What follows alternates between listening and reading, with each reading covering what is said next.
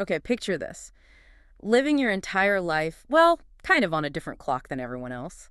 Hmm. You're sleeping when the sun is high. You're wide awake when the world's dark and quiet. Yeah, totally reversed. You miss family dinners, friends' weekend things, your kids' evening activities, maybe. All the normal connection points. Exactly. And you're just constantly battling exhaustion, feeling fundamentally off when everyone else seems on. And this isn't just, missing out or feeling a bit tired.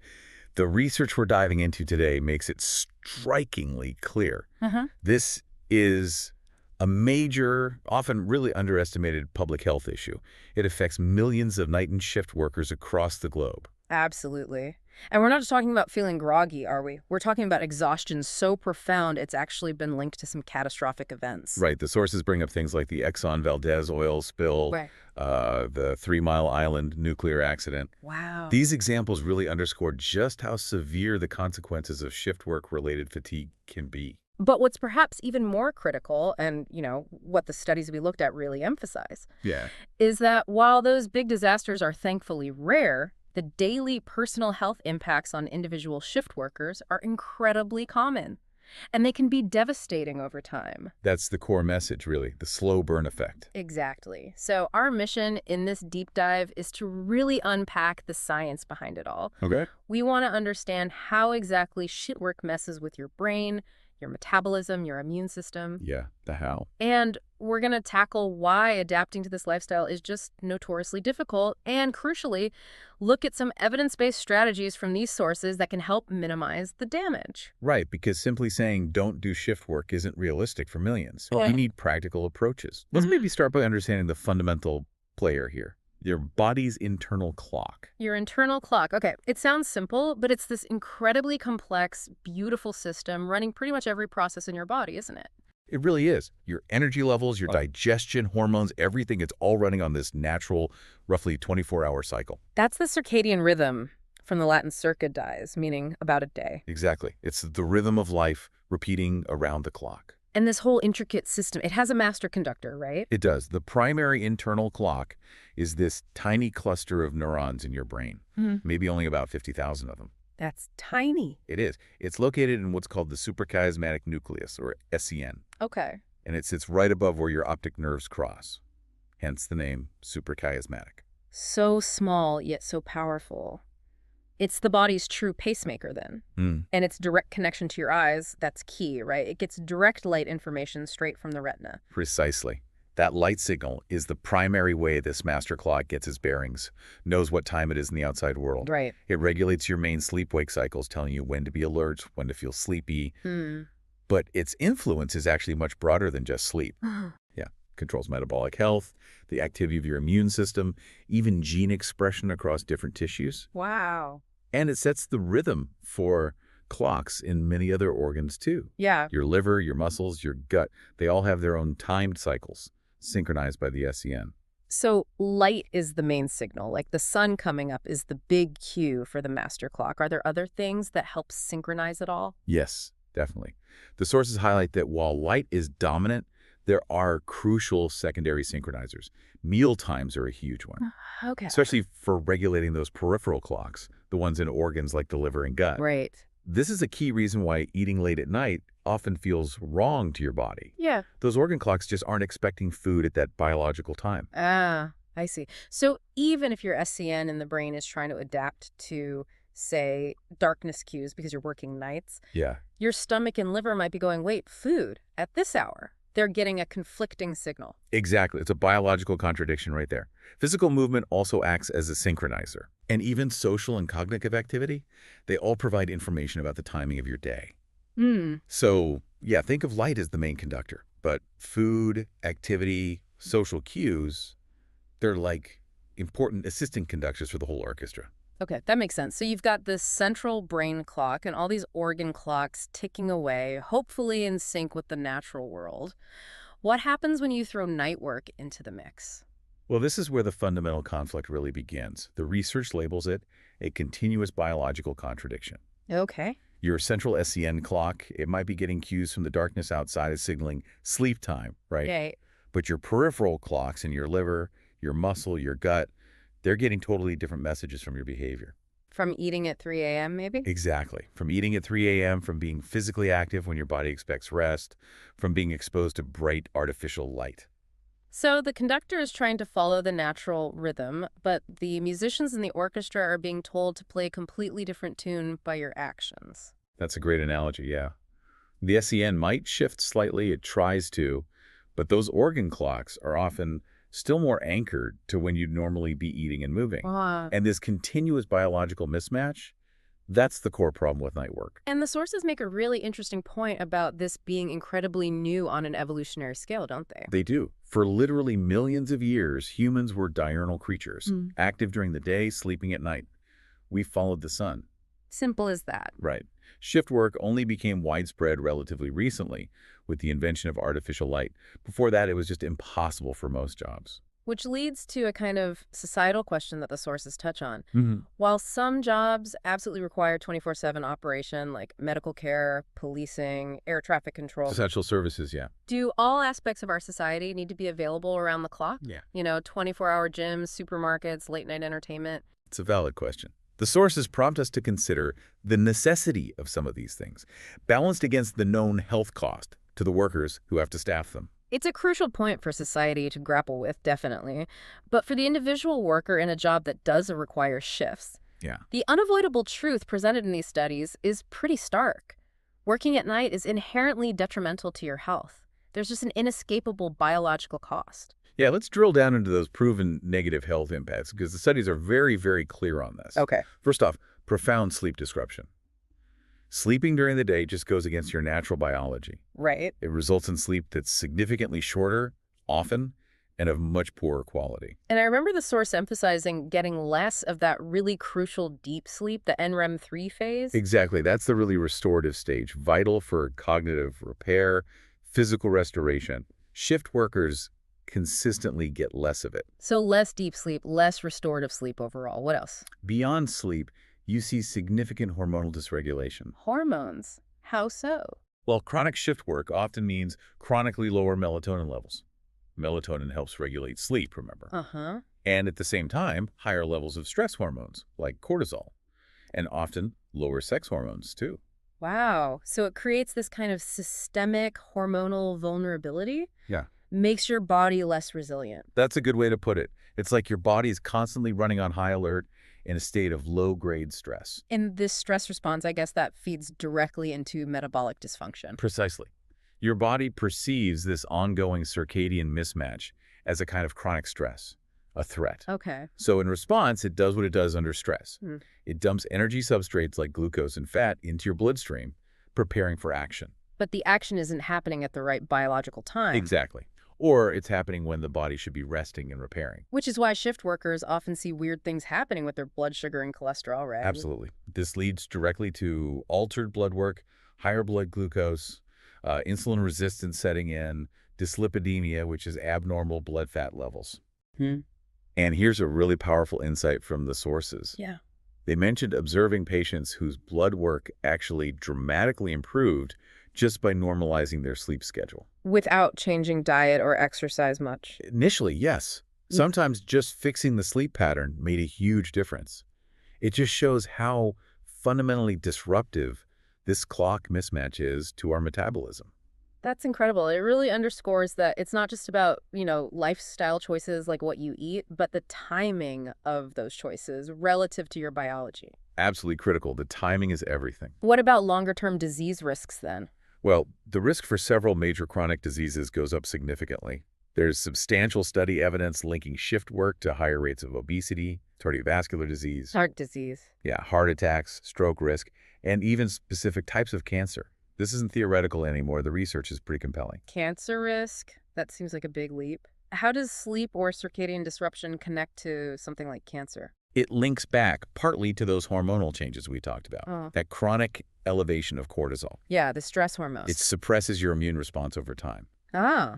And a weakened immune system isn't just about catching colds more easily. Mhm. It's less effective at its constant job of surveillance throughout the body. Surveillance. Yeah, identifying and helping to control the growth of abnormal cells, including potentially nascent tumor cells. Wow. So your body's own defense system is compromised? Potentially, yes. Yeah. It's an area the sources highlight as a serious ongoing concern in shift work research. That's a connection many people probably aren't aware of at all. Are there other physiological impacts? Yes, reproductive issues are another one, particularly noted in women. Really? The sources specifically call this out as an often overlooked aspect. They link circadian disruption to things like irregular menstrual cycles, reduced fertility, even subfertility. Hmm. Another major life impact. Definitely. And it's not just the physical toll either. Mental health takes a significant hit too. That makes sense, given the stress and sleep deprivation. Absolutely. The research consistently shows a significantly higher risk of depression and anxiety among shift workers.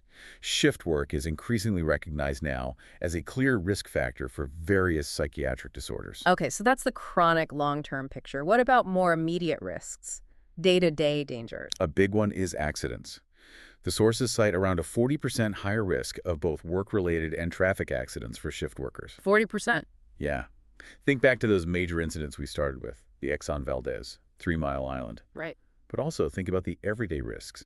Medical errors happening in hospitals on the night shift, truck drivers nodding off, or simply someone commuting home completely exhausted after a night shift and having an accident. The sources mention this is often observed in healthcare settings specifically. Yes, errors related to fatigue are a known issue in healthcare environments, operating 24/7. Okay, that paints a pretty sobering picture of the biological reality here. Now, there's this common belief, isn't there, that many shift workers hold on to. Something the sources strongly debunk. Yes, and this is maybe one of the most important takeaways from all this research, Yeah. demolishing the myth of adaptation. The idea that, oh, my body will get used to it eventually. Exactly. The sources are pretty unequivocal. Mm-hmm. For most people, that's largely false. Full adaptation to a reverse schedule rarely, if ever, actually happens. Why is it so hard? Why can't the body just flip its schedule if you do it consistently? Because your main biological clock, that SCN in the brain, takes a long time to fully reset, potentially days, even weeks. Yeah, okay. That's much longer than a typical shift worker's days off allow for. If you work nights Monday to Friday, say, and then try to switch back to a normal schedule for Saturday and Sunday, Yeah. your body simply doesn't have enough time to fully adjust before you force it back into the night rhythm again on Monday. So you're just constantly in this state of jet lag almost, being out of sync. Yeah. Exactly. A constant state of circadian misalignment. Yeah. Adaptation might be slightly more possible if you only work, say, 1, maybe 2 or 3 night shifts a week and have significant recovery time in between. Right. But for those working blocks of consecutive nights, it's just not biologically realistic for most people. And what about rotating shifts? People who do mornings one week, afternoons the next, then nights? That sounds even worse. And the sources confirm it often is more detrimental than even a consistent night schedule. Really? Why? Because when you're on a fixed night schedule, your body might achieve some small degree of partial adaptation, especially if you maintain strict regularity, even on your days off. Okay. But constantly switching rhythms, morning, afternoon, night, prevents any consistent adaptation from taking hold. It keeps your body in this state of perpetual confusion and misalignment. It's really the worst of both worlds for your biological clock. So the takeaway from the research seems crystal clear. Most shift workers are living in a state of chronic circadian misalignment. And that misalignment is the fundamental driver of all these increased health risks we've been talking about. Precisely. That's the root cause. It's not just lack of sleep. It's the timing disruption. Okay. So if full adaptation is mostly a myth, what can someone actually do? The sources do offer concrete, evidence-based strategies to try and minimize the harm, right? Yes, absolutely. And they're careful to state, you probably can't eliminate the excess risk 100%. Right, that biological cost is still there. It is, but you can significantly reduce it. So this is about managing the risk. Exactly. And it's a really important point of context. If you have a choice and health is your top priority, the research strongly suggests choosing day work is biologically preferable. But for millions, that's not an option. Right. So for those who don't have that choice, these strategies are about equipping yourself to fight back against those risks as effectively as possible. Okay, first strategy seems obvious but crucial. Optimizing daytime sleep. When your night has to happen during the day. Yes, absolutely critical. The sources really emphasize creating the best possible sleep environment you can. Rule number 1. Yeah. Make it dark. Truly dark. Blackout curtains, eye masks. The works. Use high-quality eye masks. Darkness is your primary signal for sleep, so mimic nighttime as much as possible. Okay. Rule 2. Make it cool. Ideally somewhere between 19 and 22 degrees Celsius, that's about 66 to 72 Fahrenheit. A cool room promotes sleep. And noise. Block it out. Use earplugs. The sources specifically note that investing in good quality ones is absolutely worth it for daytime sleep. Okay, dark, cool, quiet. What about managing light exposure after the shift ends? Hugely important and often overlooked. When your night shift finishes and you're heading home to sleep, Yeah. you need to treat the rising sun as your sunset. Flip the perspective. Exactly. Wear dark sunglasses, really dark ones, as soon as you leave work. Minimize that bright morning light exposure on your commute home. Why is that so critical? Because bright light hitting your eyes, even through the car window, is a powerful signal to your SCN, your master clock, telling it to wake up and be alert. Just when you need it to wind down for sleep. Precisely. So block that light signal as much as possible on the way home. And regularity, is that still important even with daytime sleep? Non-negotiable, according to the sources. Even if you're sleeping during the day, try to go to bed and wake up at roughly the same time each day you're on your night schedule. Maintain a routine. Maintain a routine. The sources do note, however, that despite aiming for maybe 8 hours, your natural sleep duration during the day is likely to be shorter than if you were sleeping at night. That's just biology. So focus on the consistency you can control. Exactly. Consistency and quality of the sleep environment are key. Okay. What about supplements? Melatonin comes up a lot. Melatonin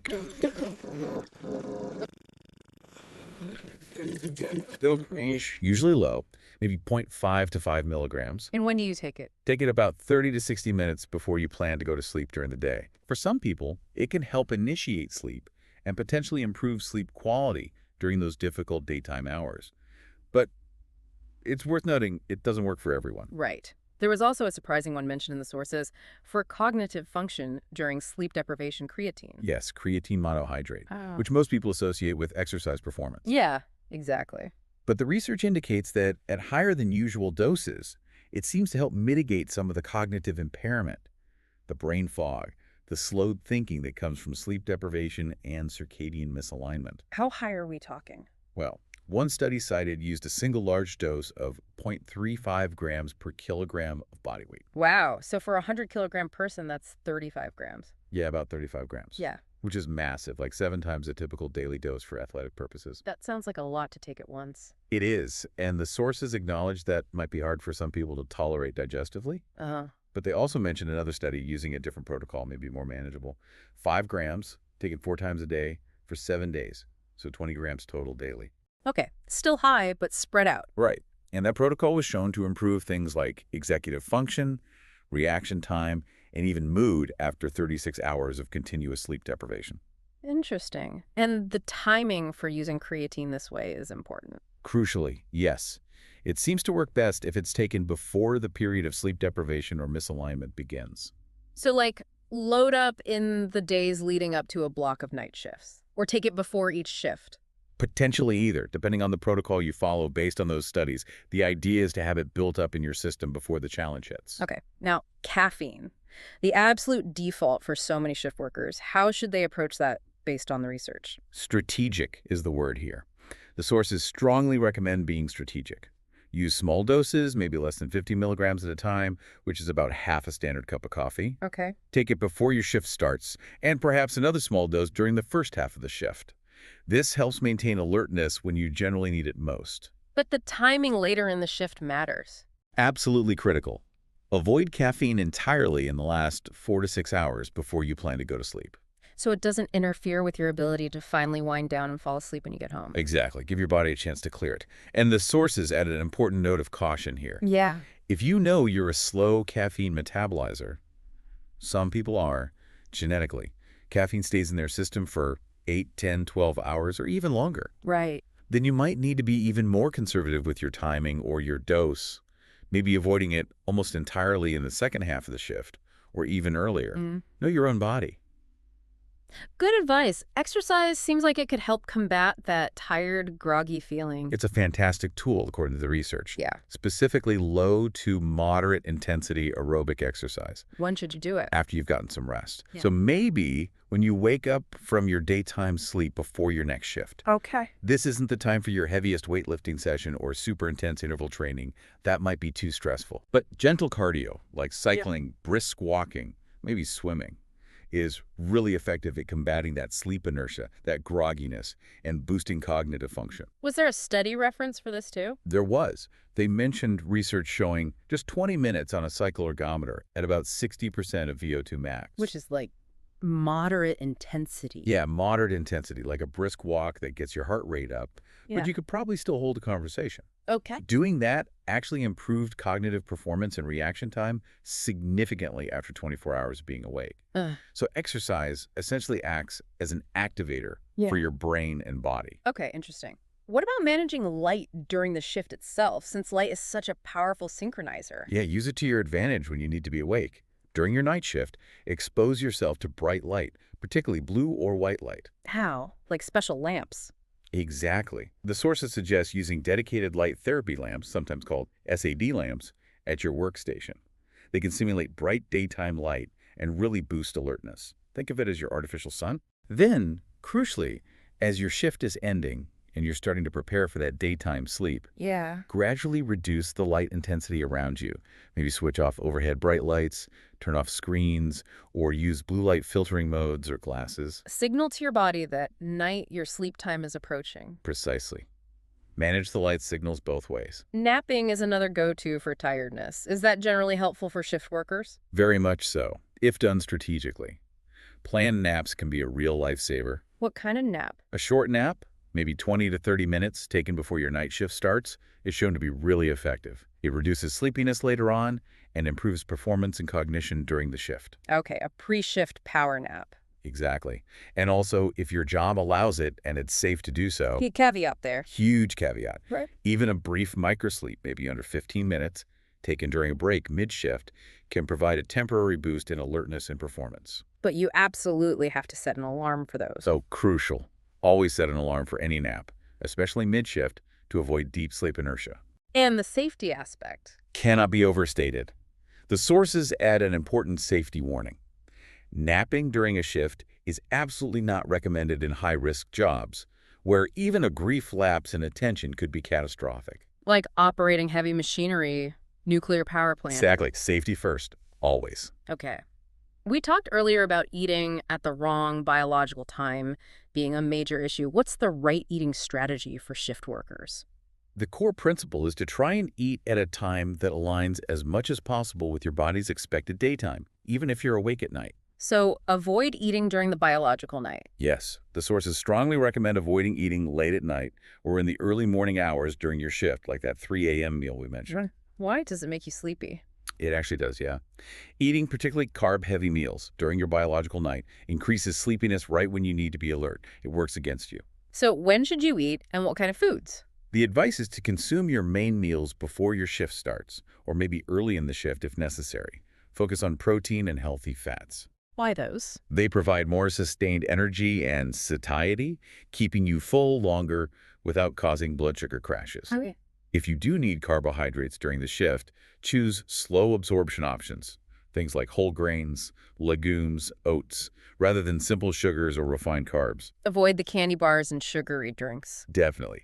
Those will give you a quick energy spike, followed by an inevitable slump, making you feel even more tired later. Right. Okay, managing days off. This sounds like maybe the biggest challenge for many people, that constant switching back and forth. How do you handle that transition best? Yeah, the sources call this process gradual readjustment. And how easy or effective this is really depends heavily on how many days off you actually have. Makes sense. Having 3 or 4 days off in a row makes partial recovery, and preparing for the next block of shifts much more feasible than if you only have a short 24 or 48-hour break. Not much time to reset in just a day or two. Barely any, biologically speaking. So what's the core principle for readjusting on those days off, however many you have? Exposure to natural light. Remember, it's the most powerful synchronizer for your SCN, your master clock. So get outside. Yes. Even if you feel exhausted, make an effort to get at least 30 to 40 minutes of natural daylight every day you're off. When's the best time? Particularly in the morning or early afternoon, say before 2 p.m., when the light is most intense and has the strongest resetting effect. And if you can get that light in a natural setting like a park or by the water, even better. Okay. And what about shifting your actual sleep schedule on days off? Do it gradually. The sources suggest incrementally shifting your sleep time back towards a normal light pattern. Ow! For example, try waking up maybe 1 to 2 hours earlier each day you're off Yeah. compared to your shift wake-up time. And similarly, try going to bed perhaps an hour earlier each night. Gently nudge the clock back. Exactly. The goal is to spend as much of your time off as possible, aligned with a natural daytime activity and nighttime sleep pattern. That helps pull your master clock back towards a more normal rhythm before you have to flip again. Finally, the sources mention utilizing science-based tools that can help manage all this. Yes, they pointed to tools like the Time Shifter app as one example. It's not a commercial plug, just an illustration of the type of tool available. What does it do? Well, apps like that are designed specifically for shift workers. They can offer personalized recommendations based on your specific work schedule, your individual chronotype, whether you're naturally an early bird or a night owl, Right. and your personal preferences. Yeah. They can provide notifications for things like when to seek light, when to avoid light, ideal meal times, caffeine cutoff times, and even fatigue prediction. Sounds potentially very helpful. Yeah, all aimed at minimizing that circadian misalignment and improving safety and well-being using the science we've been discussing. So, zooming out after diving into all these sources, it's incredibly clear, isn't it? Shift work poses a really significant health challenge, and it's fundamentally rooted in disrupting our most basic biological clocks. Absolutely. The risks are real, they're substantial, and they Wow. cover everything from immediate safety to long-term chronic disease. But what's hopeful, I think, is that while you probably can't eliminate those risks completely, No, probably not 100%. these evidence-based strategies we've talked about do offer concrete ways to significantly mitigate the harm, to fight back. Yeah, it gives people some agency, some tools to reclaim some control over their health within the constraints of their job. It's not about just toughing it out or enduring it. It's about working with your biology strategically as much as you possibly can. Which kind of leaves us with a final thought or maybe a question for you, the listener. Yeah. If you currently work shifts, or you have in the past, how has it impacted your health? Or perhaps more importantly, what specific strategies or tools have you personally found most helpful in managing those effects day to day?